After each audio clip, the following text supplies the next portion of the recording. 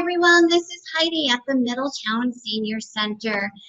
If you've received this package, then you're doing the Painted Birdhouse kit with us today. It's going to be a lot of fun. I love doing this stuff because there's really no wrong way of doing it. So you would have your box. Go through the contents of the box. You're going to have a program sheet that basically tells you about you working with acrylic paints.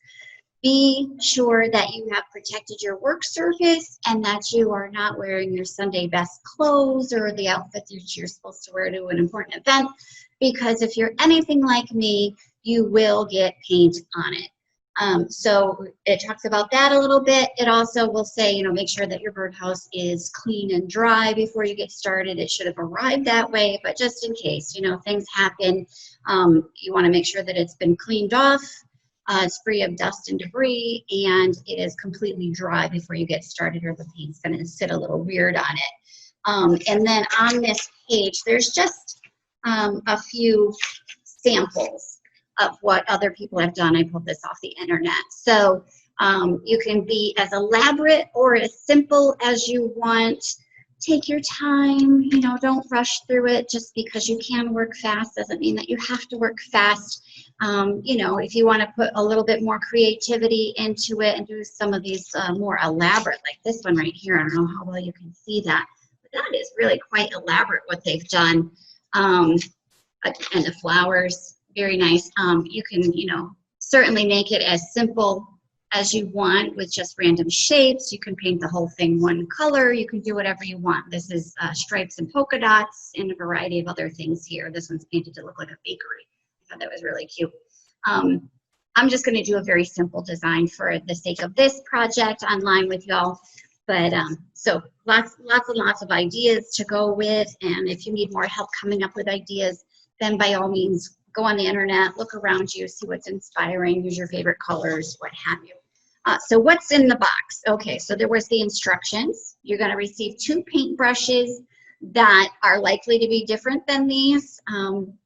Everybody's going to get 2 brushes. You might have one big one and one small one. That's what I attempted to do anyway, is to make sure that you had one that was a little bit larger so you could cover more area with it, and then a smaller one so that you could do more detail work if that's what you wanted to do. You'll also have a bag with different paint pots in it. All the regular colors, feel free to mix as you are able to do. So that's there.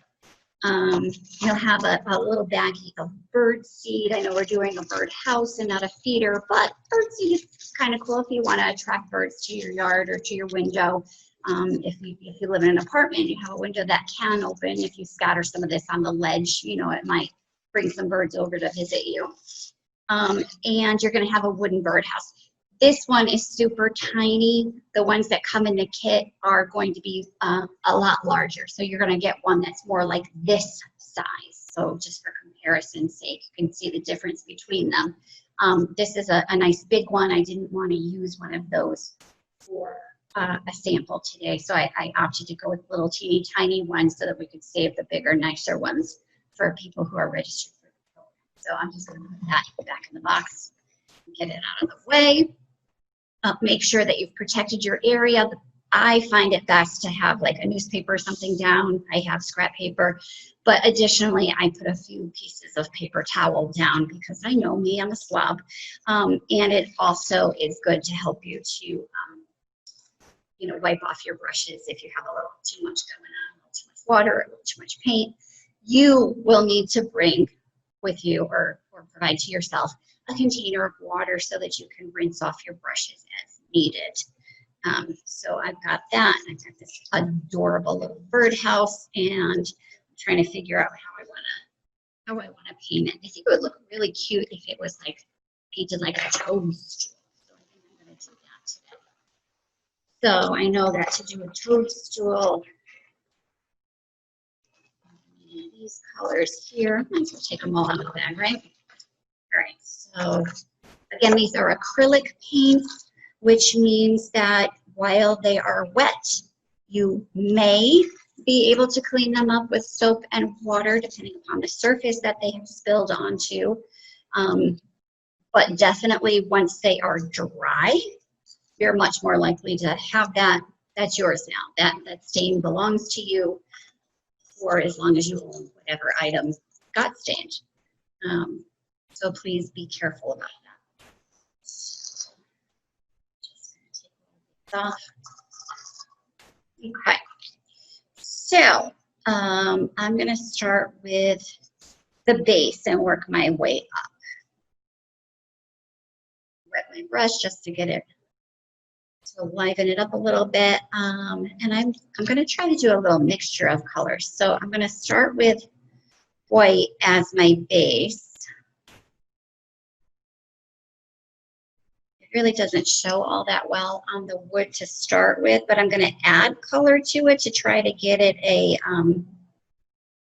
tan or a peachy color, just to give it a little something that you can actually see. But I'm starting by applying the white, and then I'll add the colors onto it. I hope everyone's enjoying the day today. This is Thursday, and the weather is absolutely beautiful. The 2nd of July. And we're having a beautiful day. The sun's shining, and all the good things are happening. So that makes me happy. All right, so I did white. Now I'm going to add a little bit of yellow to it just to give it a tint, to make it so that you can see it. And then I'm going to add a little bit of red to it as well, just to, that's a little too much. Okay, so I know I added too much red. I'm going to go back and add more white. Line it down.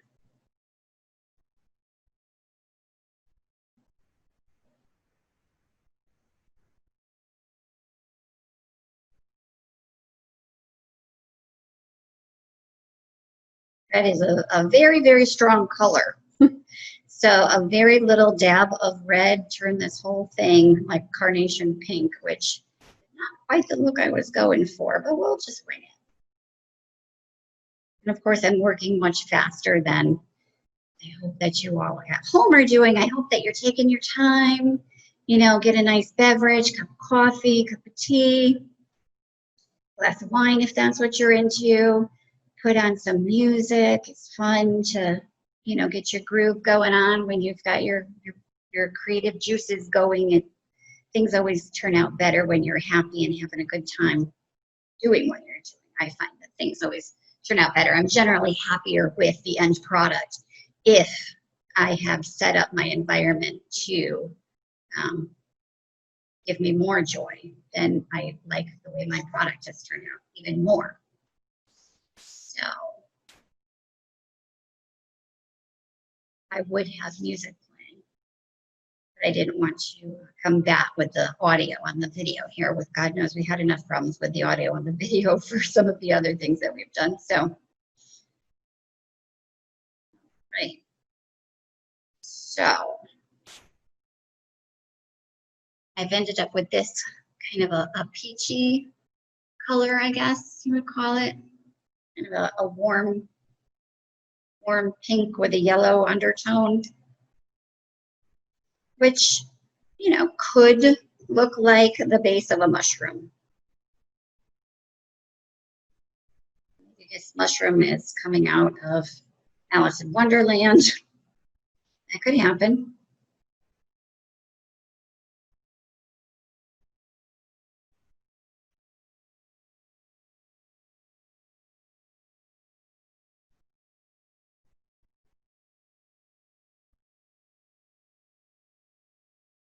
Coming up on 4th of July. I hope that everybody's got something fun to do, you know, whether it's, you know, visiting with a few folks that you've not been able to see much of, maintaining your social distances. You want to be safe, guys. But I really hope that you are able to spend a little bit of time with some loved ones over the weekend, whether they're relatives or friends. You know, friends, to me, friends are the family that we choose for ourselves. That's the way I look at it. And you know, the people that I have chosen to be my friends are people that I care very deeply about. And so it's going to be nice to get together with some of them over the weekend. I'm really looking forward to that. I think I'm already wearing some paint. So yeah, don't be like Heidi. Wear something to protect your clothing, or wear clothing that you typically craft in so you are not concerned with any accidental additions of color to your wardrobe. And I'm just mixing the colors right here on the surface. And like I did last time, I put a little too much red in this one, so you can kind of see the difference. You know, every side is a little different shade, but that's okay.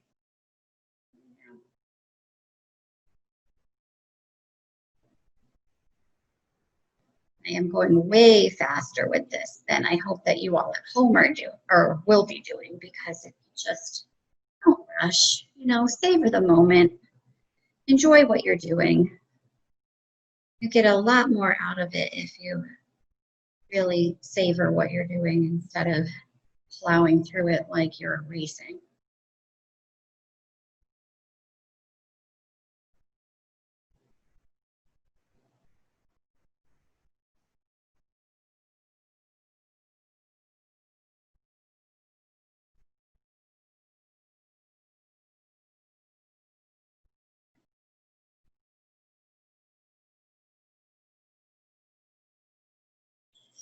Alrighty then. So everything's painted.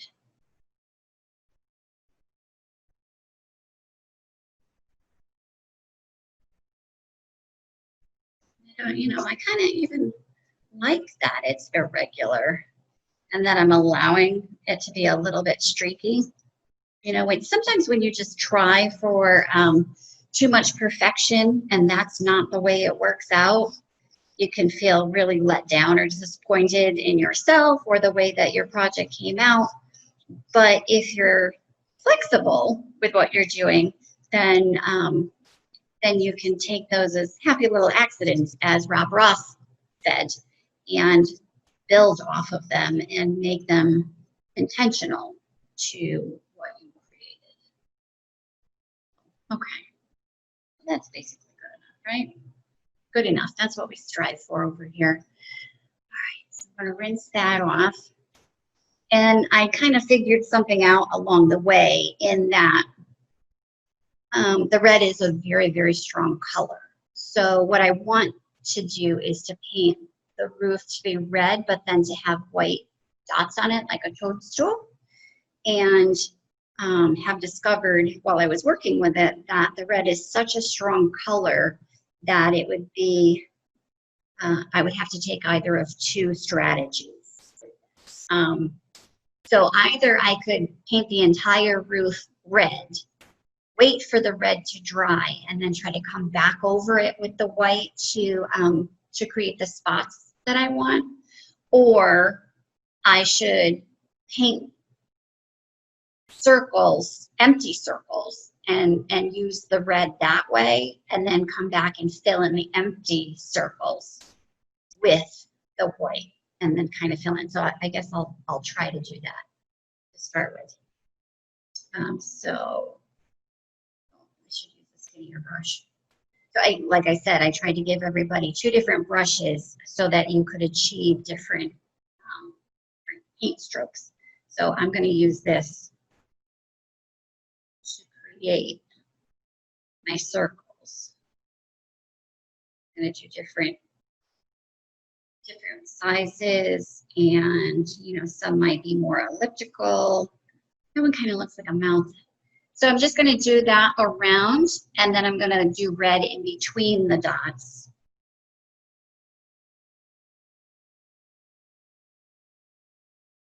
So that I've left the center without color, and then I'll go back and add the white to it.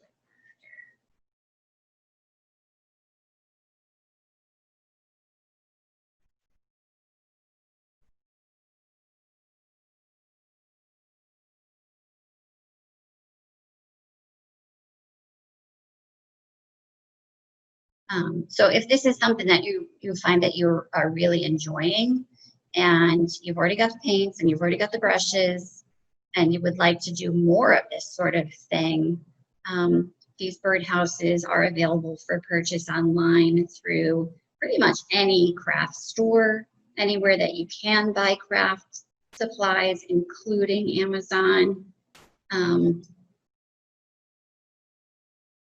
And they come in so many varieties of shapes and sizes. You know, there's some little teeny tiny ones that would look super cute as ornaments even, or something that you decorated maybe your kitchen windowsill with, or tucked into potted plants or something at home. It would be super cute. And then all the way up through something the size of your mailbox, if that's what you wanted to do.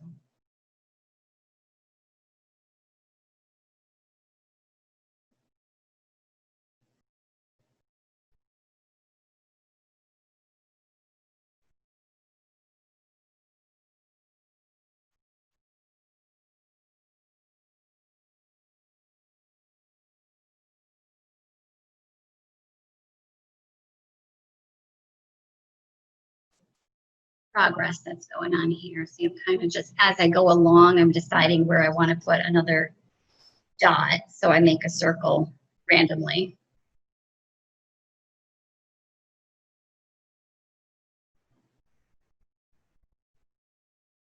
And they are by no means perfectly shaped. So if you've ever noticed in nature, very, very few things are perfectly shaped. So don't worry about whether or not yours are perfectly shaped.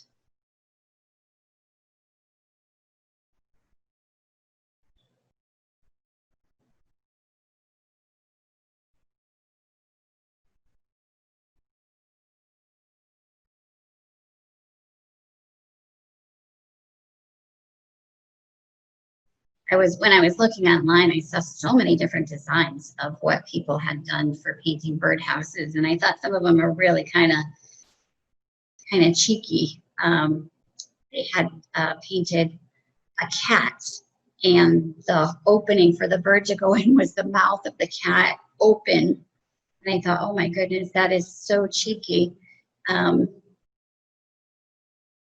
But I doubt you would get any takers. You know what I mean? I think like if you did put that outside, that the birds would see the eyes that have been painted on it and view it as an actual predator and not make use of it, and it might actually scare them away. But you know, if you were just going to use it for an interior decorative item, I thought that was really kind of fun that they had gone there with it. You know, other people did all sorts of different animals with theirs. Okay, so just so that I can show you what this would look like. We've got the red, and I'm going to go back with the white. Make sure I rinse the brush out all the way, because again, the red is such a super strong color. And just, oops. Back over those gaps that I left and apply the white directly to the blue.